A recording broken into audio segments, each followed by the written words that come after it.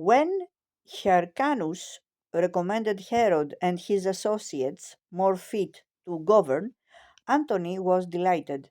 Years before, he had been the guest of Herod's father, who had given him a right royal welcome when Gabinius and he were invading Judea.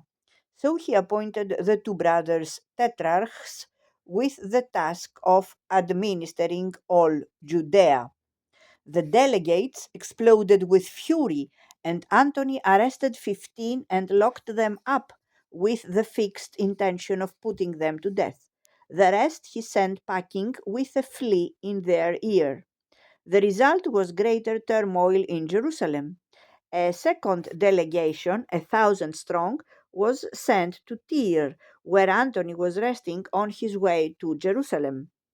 His reply to their clamor was to send out the governor of Tyre with instructions to execute all he could catch and to back up the authority of the men he had appointed tetrarchs.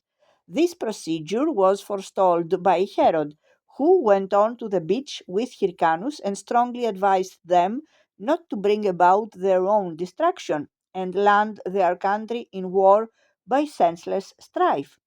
This made them more furious still, so Antony dispatched a body of infantry who killed or wounded many of them.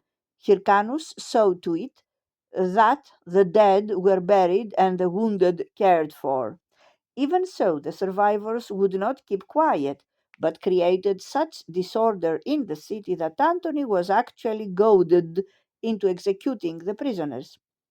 2 years later, Barzapharnes, the Parthian satrap serving under Pacorus, the king's son, seized Syria. Lysanias, who had succeeded his late father Ptolemy, son of Menneus, by promising 1,000 talents and 500 women, persuaded the satrap to bring back Antigonus and make him king, dethroning Hyrcanus. Pacorus accepted the bribe and, choosing the coastal route for himself, instructed Barzapharnes to drive through the interior. Of the seaside towns, Tyre would not admit Pacorus, though Ptolemais and Sidon did so. Then, to one of the royal cupbearers who had the same name as himself, he entrusted a detachment of cavalry, ordering him to gallop on into Judea to reconnoiter the enemy position and give all necessary aid to Antigonus.